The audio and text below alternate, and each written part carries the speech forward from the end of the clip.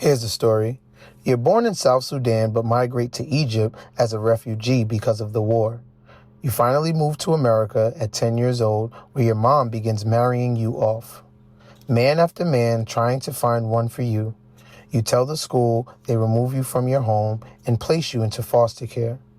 Growing up in the system and dating men in their 40s and 50s, you eventually get pregnant by one at 18 years old. You tell your male best friend, and it turns out that on a drunk night, he had took advantage of you and the baby was actually his. After 5 long years of sleeping in cars and warehouses, you finally decide to give your baby up for adoption, and this isn't even half of your story. Trappin Anonymous. I think my last night with him, knowing like after tonight, that's it. So I held him real tight. I don't think I slept that night. I didn't sleep.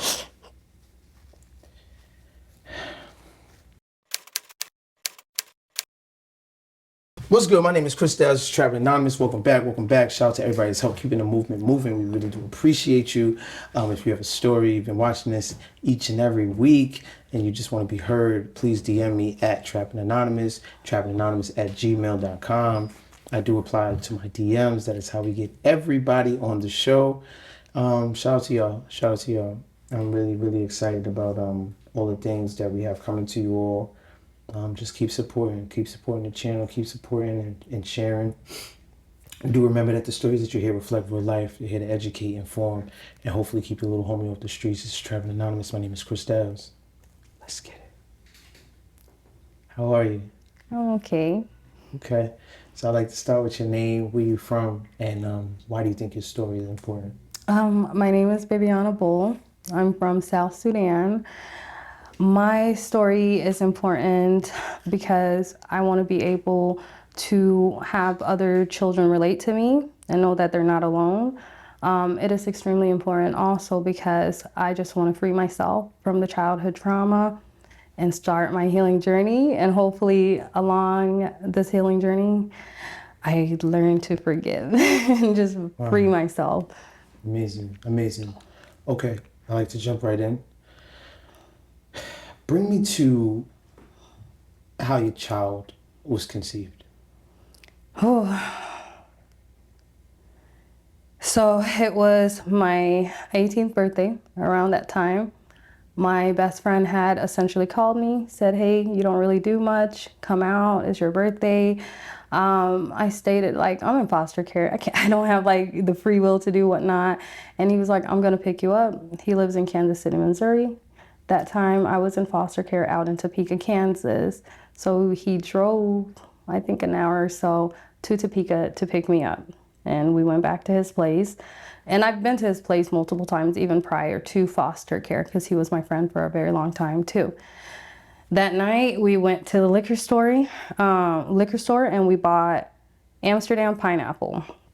And it was like a big bottle. I didn't know how we were gonna drink all of that, but we bought it. And then from there, we pre-drank.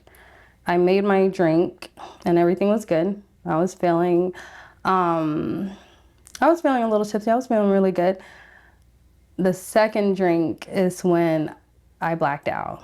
I don't remember anything. And yeah, I don't remember anything. I just woke up on my ex's bed. He said that I called him.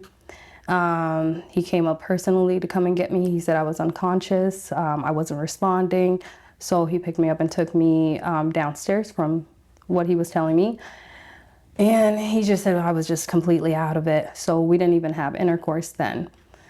The next day I woke up, went to church, didn't really think nothing of it. And then went back to Topeka. 4.5 weeks later, I was pregnant. And I was confused because it's like, how? The only person that I knew could have gotten me pregnant was the person I was dealing with. And he was a much older guy. He was like, I think 40s, 50s, and I was just turning 18. But we were messing around when I was like 17. So I called him and told him, And I called my best friend. I'm like, tell me why I'm pregnant. This is crazy. I stated that I'm going to get an abortion. He said, you're not getting rid of my child. And I laughed it off because I don't know what kid is his. From there, he did state that the kid is his. I didn't believe him. I took him as a joke. I never slept with you. We never had intercourse. We never kissed, let alone. So when he said that, it didn't reciprocate in my head. Okay. Wow. One, do you think you were drugged, or do you think you just maybe didn't eat, you just had too much to drink, or it was the alcohol, or do you think that he possibly drugged you? I've never blacked out from alcohol, ever, ever. Even my grown age, never. It would have to be a lot more than just the pineapple Amsterdam. Right. When I was drinking the drink, did I notice anything? Mm-mm. The drink was really sweet. Okay. It's just so much to unpack right there. Yeah. Were y'all still in communication during that 4.5 weeks prior to you finding out that you were pregnant? Were y'all in communication? Were y'all still like, this was your best friend? Yeah. Was this still someone that, hey, what's up? How you doing? Did y'all hang out again? Did he hint toward maybe that night? Remember that night? Like, nothing? He never brought up the night. Never. Our friendship was just as normal. It was normal. We were hanging out. We were kikiing. My belly was growing. We were just chill people. Right. He knew it was his. I didn't know. So. Okay. You have the child after 9 months. Mm-hmm. At what point do you realize, okay, maybe my best friend is actually telling me that this is his kid, opposed to him just joking and playing around, and the guy that you're dating, the 40 to 50-year-old man, that it's not his? So I want to say he just kept bringing it up a lot. So from there, my ex already called the potential father and was like, hey, this is what's going on. Pretty much gave the whole Shazam. And he lived in Kansas City as well? Okay. Like they were like maybe 15 minutes away from one another. The guy was back in South Sudan at the time. So he called him, told him everything. I spoke with the guy and I explained everything. And I was like, he said he wants a DNA. I was like, yeah, I can provide you a DNA immediately, because genuinely I believed it was his kid. My son was born. We went and did the DNA, and he was not the father. And I was shocked completely. So I didn't even turn to my best friend and badger him or question him. I went to my ex. I'm like, this has to be yours. Like, it doesn't make sense. If it's not him, that night you picked me up, you had, and he was like, I didn't even touch you. He was like, you were like a dead body, like just slumped. So then what happened? I looked at him and I knew he was telling the truth. I spoke with the now father and I was like, we are gonna have to do a DNA. He was like, it's my kid. I was like, I don't believe you. I think it was like 250. Went to the DNA lab, took him, my son, did the whole picture, swab. I want to say a few weeks later, got the DNA. It was 99.98%. And we picked it all, my son, him, and I, we all picked it up together. And when I opened the envelope, I was shocked. I was like, I think like I was just trying to make sense of things. Everything went foggy. And I just went silent. I was just kind of like, how? Trying to like put the pieces together. Yeah. How old is the child at this point? My son, he's a year. A year. Mm-hmm. Is the father helping to take care of the child, or is it just really your sole responsibility? My sole responsibility. No one's helping you? No one. And the foster care that you're in, you're with a foster mom and dad, or is it like a facility? I was in a group home. And then I was sent to my foster mom. With child? No. I had my son, well, I was aging out, so around 18, almost 19, senior year. Got you. At some point you realize this burden is, and I say burden not because children are a burden, but sometimes the responsibility of having a child can feel like a burden. So that responsibility became too much. The responsibility didn't become too much. I love being a mom. I love my son. His future, knowing that it's my responsibility, scared me completely. I didn't want him growing up on a survival mode. I didn't want him to endure anything that I've endured. That's what became too much. You give him up for adoption. What was that process like for you? The actual act of doing it, right? Because saying, I'm going to do this and this is what I need to do is one thing. Actually bringing him, dropping him off. So my situation was different. I hit rock bottom. You know, me and him were like homeless in a car. I was privileged. This was in Jacksonville. Something similar to like a warehouse, right? But a house and like different rooms. So me and my son, we had like a corner, and it was still being like built. So we had like every single debris everywhere. And I just kind of like sat down, and it was just a sheet that I had on the floor. And I'm like, I got to get him to a better place.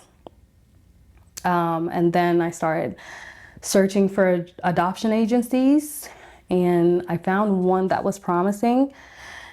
And I spoke with my son about it, and I was like, hey, you want to help me pick out a family and whatnot? And he was like, I get a brother, I get a sister. I was like, I'm not going to be pushing any kids out, but this is for the greater good. You're going to be in a better place. You're going to be able to do all the things that I want to be able to do for you. How old was he? 4.5, almost 5.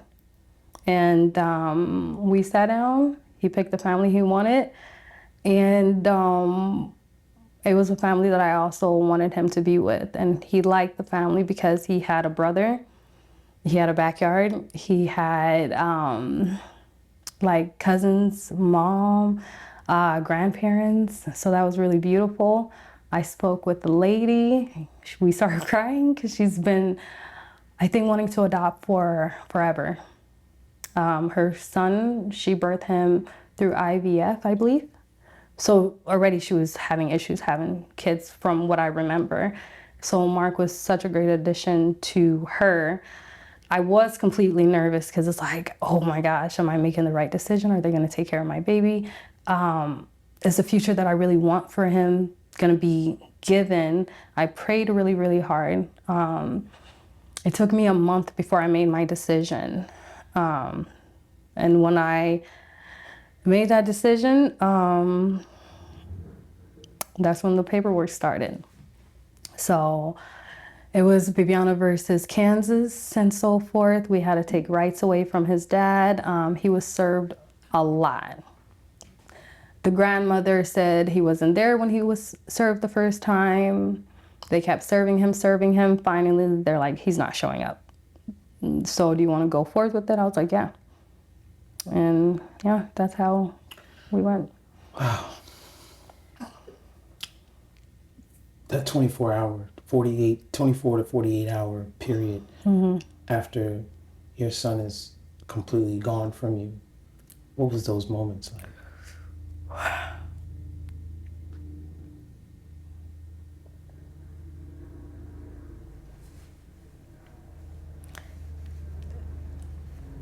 It was awful.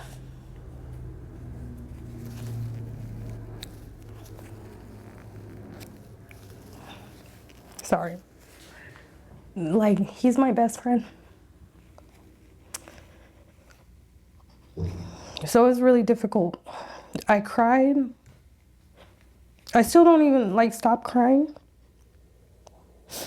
It took me, Even now, sometimes I wake up and I just reach for him. Like, that's my best friend. That's my only baby. So it broke me completely. The first, 48 hours, it was awful. I was like, I beat myself up. I was just so depressed. I didn't know how I can move forward. I just had to tell myself, hey, the goal is to, when he's older, I mean, it's an open adoption. I can see him whenever. I have a good relationship with his mom and the family. So we have really good relationships. So that's how I know my son is like doing really, really well. Yeah, it was awful. I mean, this is a kid I put to bed every night in his room. I wake up in the middle of the night, he's right underneath me. So for that to, go on and I wake up and he's not there and I'm just freaking out and I'm like, oh shoot, you just gave up your best friend. You gave up your everything. So yeah, it took a long time.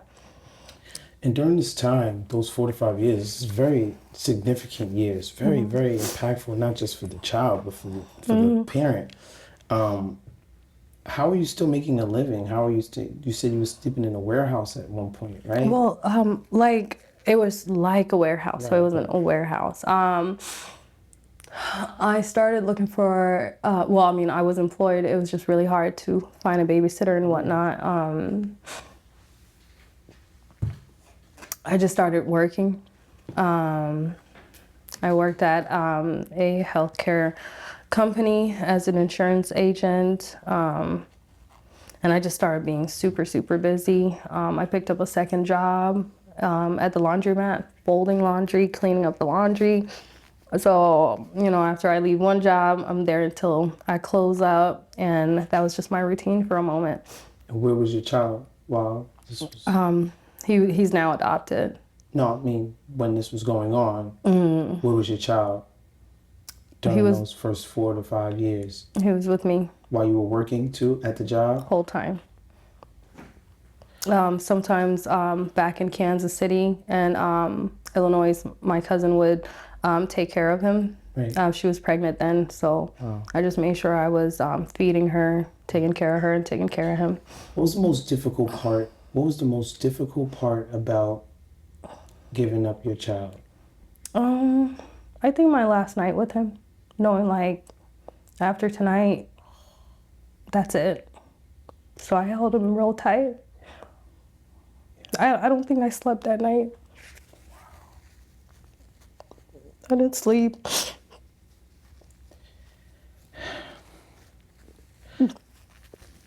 I have a child that's 2.5 right now. And I always joke about like, oh, somebody can take this child. Like, it's just so much work. Yeah. It's so much work, right? And just for a day off, it's like a miracle.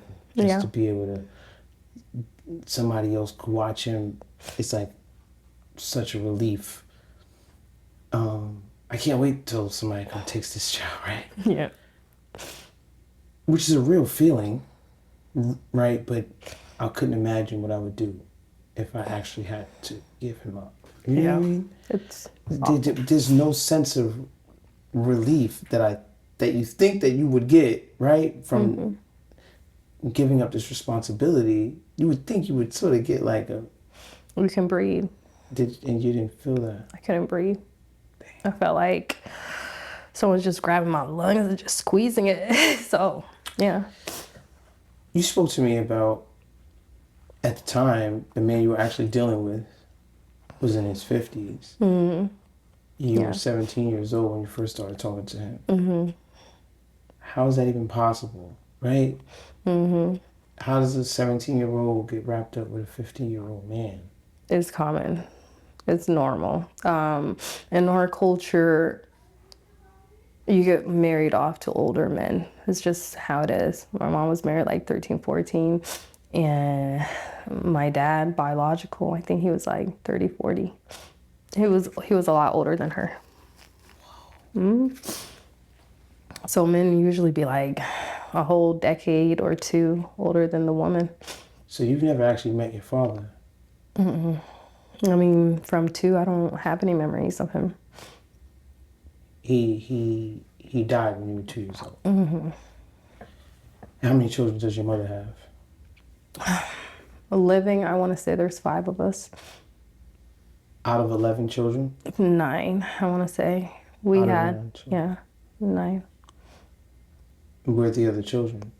Deceased. My oldest brother passed. That's the one that I can definitely, vouch for and be like, he existed and he passed. Now, for the rest, that's just stories being told. I wouldn't know if she's telling the truth or the family or whatnot. And this is back in Sudan. How is this going on in America? Right? Like, maybe in Sudan, this is sort of the culture, this is sort of how things go. In America, this is illegal. So how is this going on here? It just goes on. They manipulate documentation. My cousin, she was impregnated by her abuser at like around 15. He was locked up. They went back home, got a fake birth certificate, told him that she's of age, and they released him. My family booked a ticket, sent him straight home. He never came back. He'll come and visit his kids. My cousin was she went into foster care and aged out of there. So it's common. What brought you to America? At what age did you leave Sudan? The Second Civil War. So the Second Civil War broke out. We fled Sudan and we went to Egypt and waited for our visa and government papers. And how long were you in Egypt? Oh, like 4 or 5.5 years. From like 2000 to 1999, I believe, to the end of 99 to 2004. Well, what is it like growing up in a war? It's weird. It's dysfunctional. There's no rules, no laws. Like, you'll see the craziest stuff happen in broad daylight and you just gotta keep going. Like what? Women being violated, people being like unalived, and just people drop like right in front of you, just dead, and you just gotta keep going. You've seen people get killed? I wouldn't say that. I've seen bodies, but I didn't see the bodies being unalive, but I saw like the after, like when the body's just still, and I can't do funerals because of that. And when you say women being violated in broad day, what do you mean? I mean, just raped. Full on rape.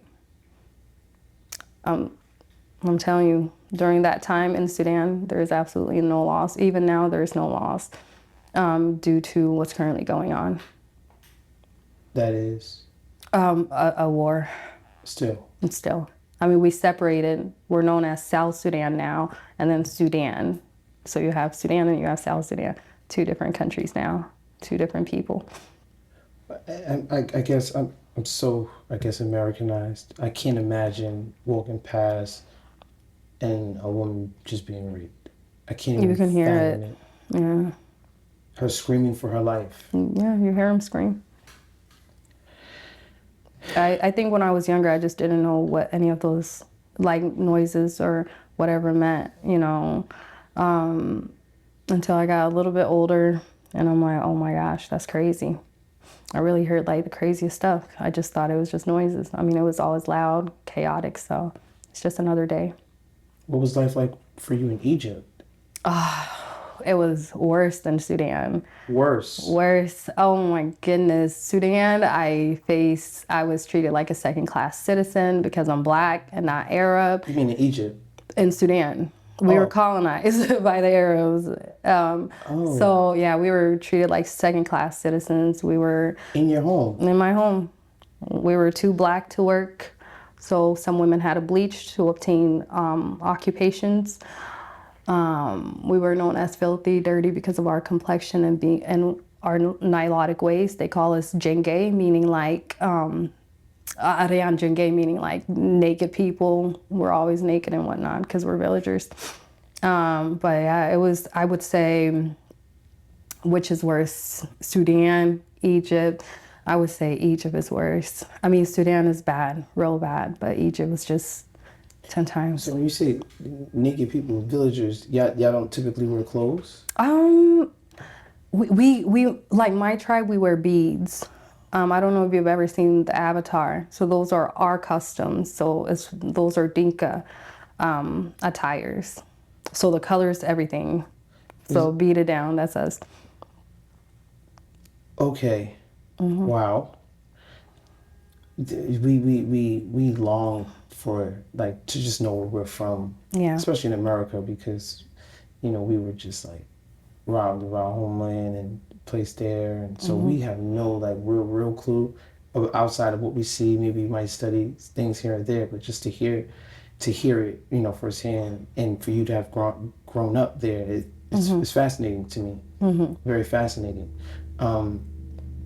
So Egypt, and also the bleaching. A lot of people, when we think about the bleaching, we look at the people that have bleached their skin, and we're kind of like, why would you bleach your skin? Like, what would possess you to do something like that? And you gotta love yourself. And they just want to be white. They just want to, not realizing the bleaching in some cases is so that I could keep a job. Survival.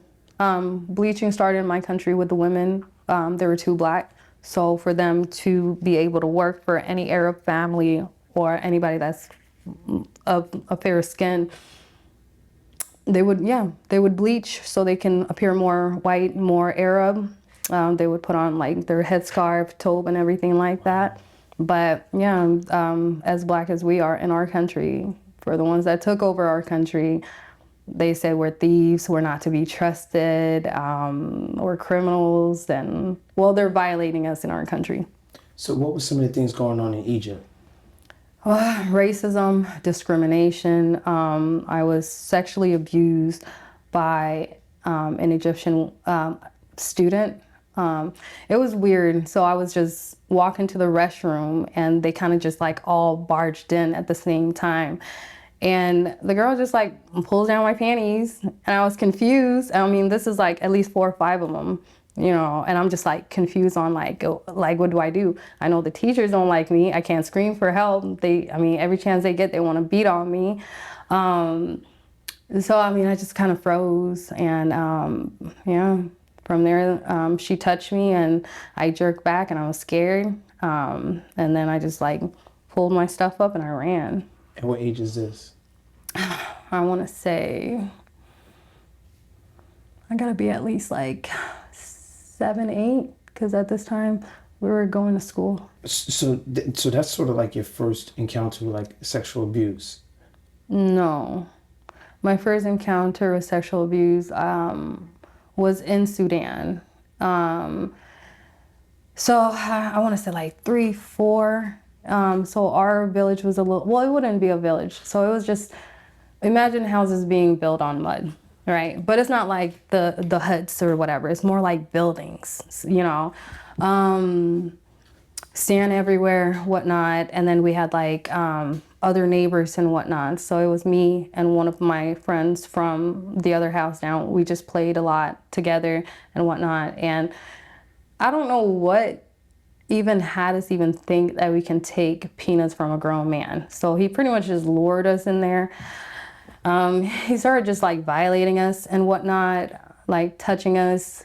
I don't know what he was doing to her, but she started crying and I got scared and I just got up and ran.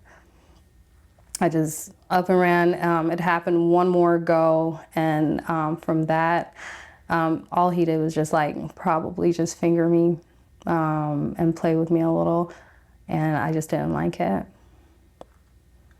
And and he would give you peanuts. Yeah, it was weird. I don't know.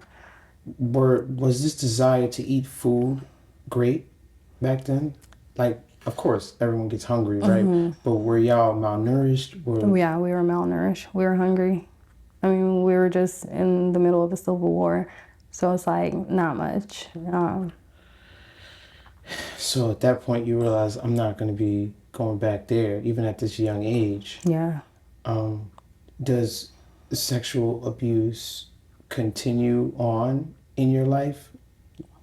Yeah, it continues. From Egypt, well, from that incident at the school,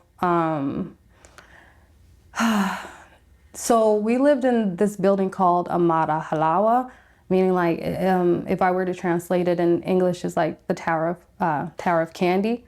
So Amara is building, Halawa is candy. That's where like all the refugees were. So we lived upstairs. We had different South Sudanese refugee neighbors and other refugees as well. And there was this just one kid that just wouldn't leave me alone. I mean, I wouldn't even want to be left around him. Somehow, some way, my mom just keeps dropping me off at his place. And my mom and his mom would just disappear, go somewhere. And I'm just like left to fight for my life. Like, why am I fighting for my private? You know, I used to like just cry because it's like, don't drop me off here. I'd rather just stay home with my brother, you know. And he would like try to just catch me by myself. So I try to not be by myself as often.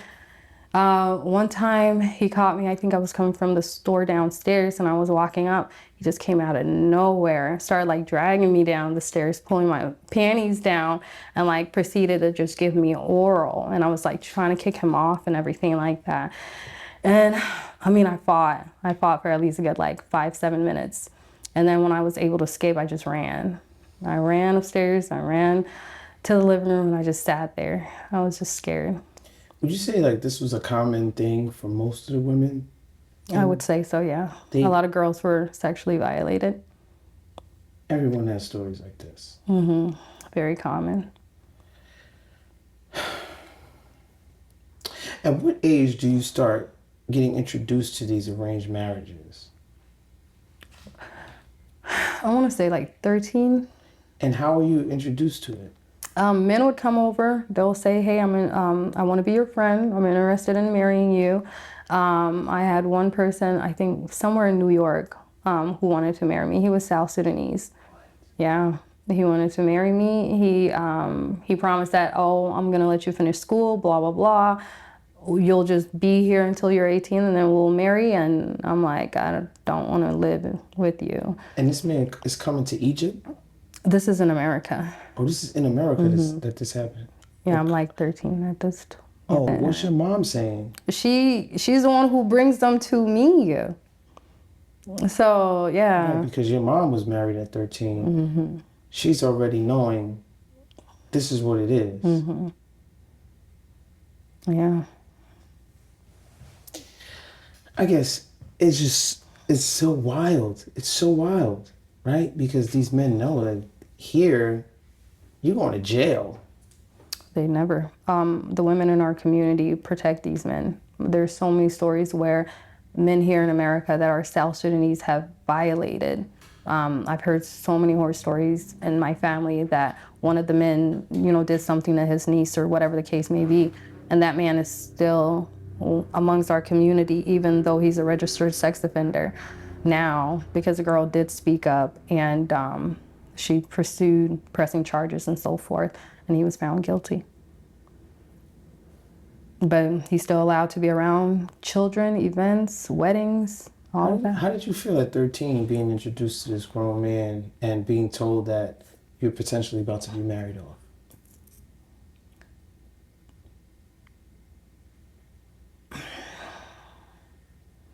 I want to say I was angry. I was really angry.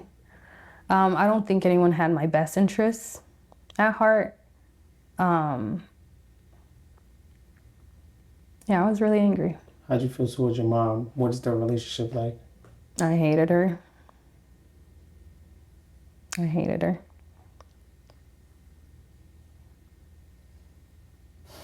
At some point you go to school Mm-hmm. in America. Mm-hmm. And you tell them what? Hey, she's trying to marry me off. It was a guy from North Dakota or South Dakota or whatever the case may be. He came down. Him and my mom talked about dowry. He bought me an iPhone. What's dowry for people that don't know? Dowry is pretty much paying a price for your soon-to-be wife. So, hey, thank you for raising this young lady to be who she is. This is in return to replace her. That's just what a dowry is. Okay. But guy, he buys your iPhone and... Yeah, he bought me an iPhone. He took me shopping. We had a conversation. He's like, he likes me a lot. He's a pastor, and yeah, he's a big pastor, big one. Is he Sudanese as well? He's South Sudanese, yeah.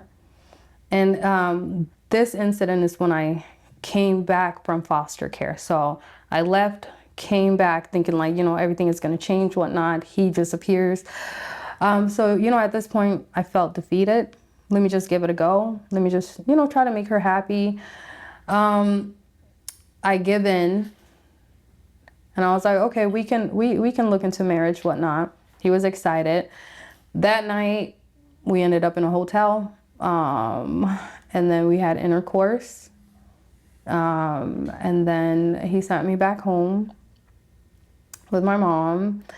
And I had a little ring. I don't know where it is. It was like this little cheap ring he bought.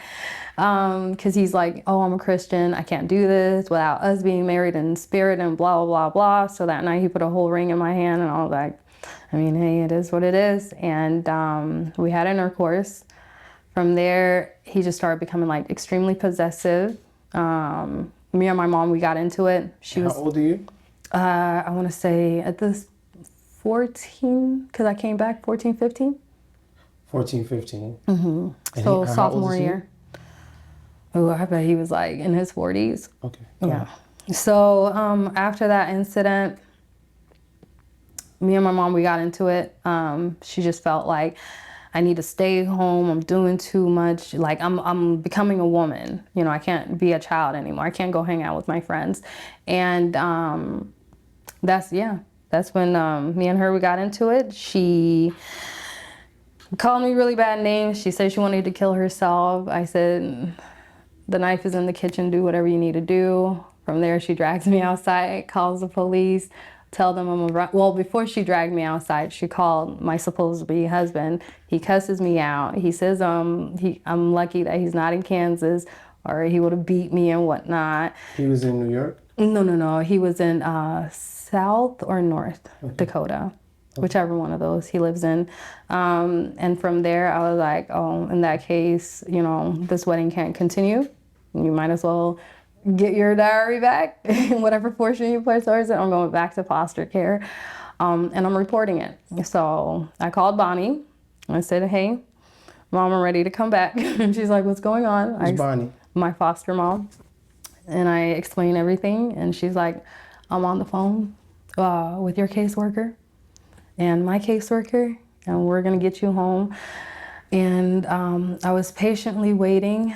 That time, things just kept escalating. And she just was like, hey, they're on their way. You're gonna have to stay in juvie for a little bit, group home, and then you can come home. So it's like this whole little protocol ordeal. I didn't understand it, but yeah. Yeah, and for a child to even choose that route over being home says a lot about what home is. Mm-hmm. And your mother's obviously benefiting from your marriage because she's getting paid. Mm-hmm. We never got to touch on how you got to foster care. Mm-hmm. How did you get to foster care to begin with? My cousin came for the summer. She's staying with us. She tells me, my mom says we can go out. We went to a hookah lounge. We came back. My mom started calling me like, Sharamuta means like whore, prostitute, just a bunch of names. At this point, I'm over it. Like at this point, this is when I'm like, I do not care anymore. So I just simply told her, I said, I'd rather be a whore any day as long as my children know who their fathers are. And from there, she just bit her bottom lip, ran to the kitchen, grabbed a knife, came charging at me. My cousin pushed me in the room, closed the door, and she stabbed the door. When she realized the knife is stuck, that's when she tries to grab another one to force her way into the room to unalive me. But I wasn't like petrified, because before she tried to like burn my face with hot water. So I'm just like, it is what it is. This one is better. So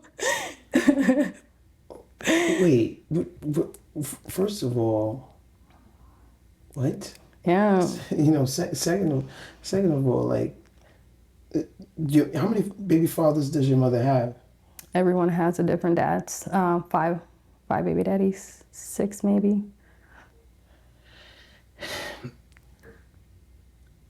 Is there any grace for your mom in the sense that, you sort of have this westernized American education? You're obviously a very bright young lady. You have the advantages of therapy and circular thinking and talking things out and understanding sort of like this forgiveness, and you're Christian. Knowing what she went through at 13, she didn't get to speak up for herself the way you did. She didn't get to come and flee to America the way you did. She was stuck in, hell on earth through war after war after war. The psychological toll on her. No one came to protect her. Is there any grace for your mom? When I loved her, I wanted to understand like where she came from. When it comes to foster care, we have family therapy, like group therapy, where everyone is involved. I did try to implement therapy for her as well. I told her she might be bipolar. She went off. And I had a conversation like, hey, we should work on our relationship. I tried to have, what had happened to me conversation. She didn't want to have it. She didn't want to hear it. I'm a liar, even though she witnessed one incident, but I'm a liar, or multiple incidents. I don't know if she set him up or not, but when I loved her, I really wanted that mother and daughter relationship. But I think when my son came and the disrespect and calling my son trash and plotting on getting me jumped and everything like that, I lost respect. I was just like, I'm gonna pick my kid. Like this journey with us having to understand each other and the mom, whatever, it's like, I'm over it. And you say when you loved her, you no longer love your mother. Like even like her scent makes me sick. Does that make sense? Yeah. Like just smelling her scent just hurts my belly. I don't know. Even thinking about her just boils my blood. So after your mother tries to stab you with a knife, you call police? I call police. And they remove you from the home? They remove me. How did you like your foster parents? And if things were going well at the foster home, why would they send you back to your mother? I love living with Miss Bonnie. Well, she's like my mom. The goal in foster care is to unite the family. So before, any other things, adoption or whatever, the goal is to unite the family. So that was the goal. So, my first visit after 6 months, I was promised I'm gonna see my siblings. My siblings weren't there. It was my ex who went to her house who wanted to marry me, and they started like speaking my native tongue. Like he was just doing like a whole proposal in front of my caseworker. She didn't seem to even notice like I'm uncomfortable. I don't want to have this conversation. I keep speaking in English. They keep speaking in Dinka. And I'm like, hey, get me out of here. Get me out of here. That when that situation happened, that was my last visit. When my siblings, I wasn't able to see my siblings. And he came and he's like, hey, just end this whole thing. Let's get married and, I'll restore the family's name. You don't even have to worry about none of this. We don't ever have to speak about it. I was like, I'm not going back with you guys. But you still ended up back there? I want to say after that incident, a little months later, but it wasn't for him. Right. It was a new proposal. And then that's what brought you back home?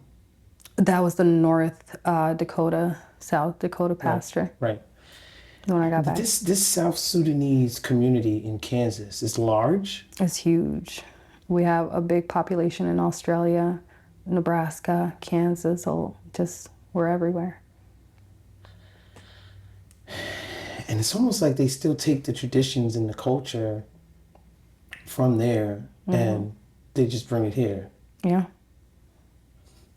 It's also sort of appalling how, you know, these traditions and cultures just set children up for rape, PTSD, all in the name of this is how we do things. And no one is just like, this needs we need to put an end to this. Yeah. Right? I feel like you're in a sense sort of like a pioneer. I feel like speaking out on all of this. No, I threatened my mom. I said if my sister calls or my siblings call me and the same thing you're doing to my sister, I mean, you might as well just bring out your heaviest hitter because, you know, we're going to have to step outside. What happened to me, I didn't want that to happen to my sister. So I educated her, my siblings, about all the predators that come through the doors that she lets in. When I was leaving, my last words to my baby brothers was like, hey, you know, protect her, you know, by all means. Don't let nobody go upstairs. Like the living room, the kitchen, the dining room, the bathroom is down here. Upstairs is your sister's room, your room, mom's room. Don't let them go. And they made me very proud. I mean, it broke my heart that I have to put my baby siblings, put them in an adult position. Yeah. It broke me, but I wasn't there to protect, so. What happens after you leave the pasture? What happens after you say, you know, listen, everybody, I ain't with none of this. I'm done. What happens next? I left the community for good. For good. As long as my siblings had communications with me and they were okay, I have no business. You went back with Miss Bonnie? Why wasn't Miss Bonnie there to help you with your child when you had got pregnant? I'm very independent, extremely. And she knows I am. I'm a very prideful person. And my mom has sabotaged a lot of relationships. And I just didn't want her to involve Bonnie in it. I didn't want Bonnie to be manipulated or even feel like, oh my gosh, what side do I, you know, I just didn't want any of that. You know, I mean, this is a woman who has tarnished my name. I mean, lying, telling the community, telling everyone that I'm sleeping with her husband, my father, my stepdad. So I just didn't want Bonnie to, you know, even go through any of that. So I just suffered quietly. Why would she make up something like that? I don't know. Till today, I really don't know. Did your stepfather, did he ever make any passes at you? Never. That's the thing. I even had a conversation with him. I was like, hey, like, talk to me. Did anything happen that I don't know? He was like, I would never. And I believe him because he's never lied to me. They're still together? No. She cheated on him. So 3 of the kids that were born after my brother, they were supposed to be his, and only one was his, and it was my sister. So my brother, the one that was born in Egypt, he doesn't know his father. The one that was born in Sudan, don't know his dad. The little one, he just found out who his dad is after I told him who his dad is, because I recognized the man. When my dad would go back to Rockford, he would come, you know, to the house, and I would be like, dang, he's still here. Like we would come from school, he's there. We would wake up, he's there. So I recognized that, like, he disappeared all of a sudden, but that was when my dad was back in town. I was like, that's weird. I told my dad about it. He never listened to me. I told him from Egypt, the woman is cheating on him. Because my dad is 7'1", and he had locks. So I know what my dad looks like, smells like, and I'm like, that person going in there is not my dad. You sent me these pictures. just childhood photos and, growing up. Beautiful images. Thanks. But you were with these giants. Yeah. I mean, giant of people. I've never seen anything like it. The man's hands were just massive. They're huge. Who are these people, right? The giants of Africa. The giants of Africa. Yeah. Or the Nilotics. It reminded me of a basketball player, Manute Bol, his son, Bol, who's in the NBA now. And then you tell me. Yeah, that's family. That's my blood. Uncle Manute Bol and my baby cousin Bol. We're talking about 7'6", 7'5". Just how tall is your sister? My baby sister, 6'3". 6'3". 6'3". How tall is your brother? 6'2", 6'3". Majuk's 6'3", 6'6". He's the tallest one out of everyone, and he's like 14. So everyone is above 6 foot. I just stop after 6'2". I'm like, man, y'all giants, you guys are huge. Because I'm only 5'7". That's the sad part. But your son, the trajectory, they say. Yeah. How tall is your? He's supposed to be 7'1", 7 foot. He's already on peer to me. And how old is he? 9. I could see how a culture would want to sort of preserve this blood, this DNA that you all have. Is there somewhat sort of like this preservation that you feel like let's just create with each other? And like, is that a real thing? Genetic purposes. And also, if you want your kids to have land and to be able to go back home, yeah, absolutely. I mean, it's going to be difficult because they're born here and depending who's the leader. But yeah, the whole goal is to keep the bloodline pure. For me, I don't date South Sudanese men. So as long as you're a black man in the diaspora, that's all that matters. As long as you're not South Sudanese. Now, that anything but home. Giving me EBGs. What is your relationship like with men right now? I don't take them serious. They're a joke to me. What was your relationship like with men growing up? I mean, like, after, you have this child, is it very difficult dating? Is it really difficult making a connection with guys? Yeah. Dating is hard. Yeah. It's like they ask questions and it's like, I don't feel comfortable answering questions. I don't know them. I don't trust them. I don't trust men. I'm sorry. Yeah, it's difficult.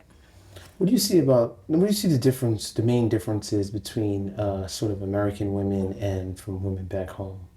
I love American women. They have a backbone. Black women gave me my backbone. They taught me how to speak up, protect myself. They taught me to be, like, when I say loud, not like obnoxious, but what I say is, I said what I said. Like that kind of vibe.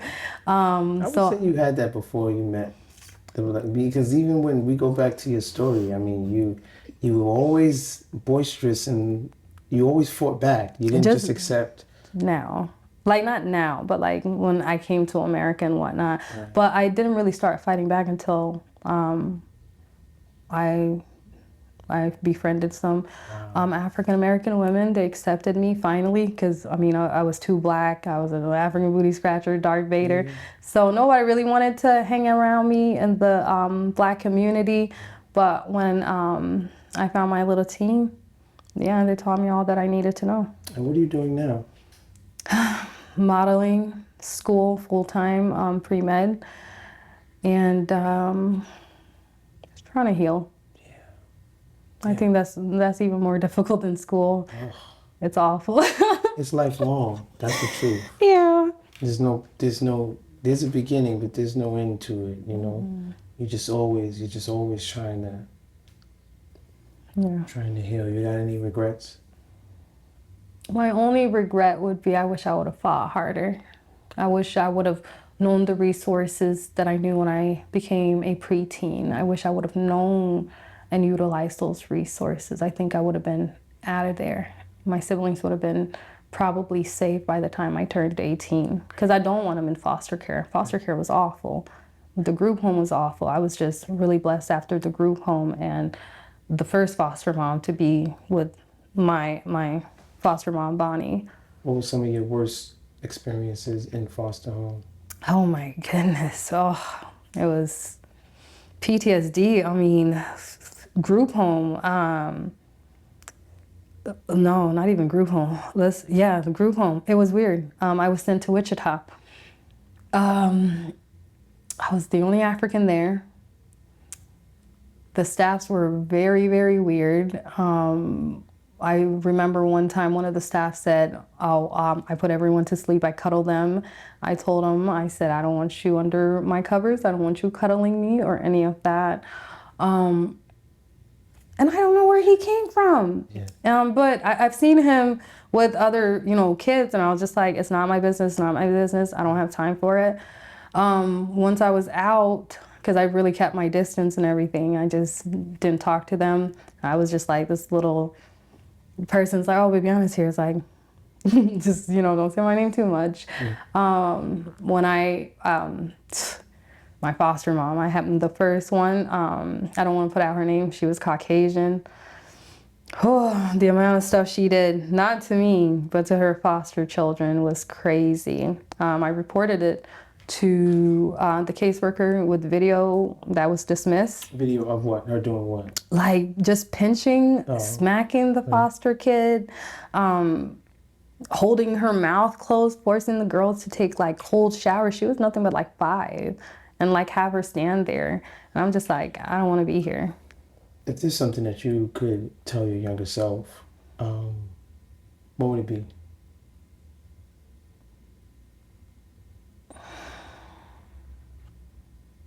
It's not my fault.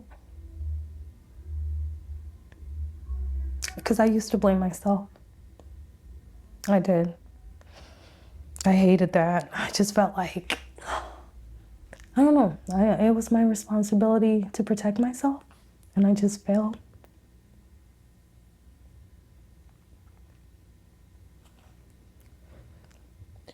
This is Trappin Anonymous. My name is Chris Styles. Let's get it. Great job. God. That was awful.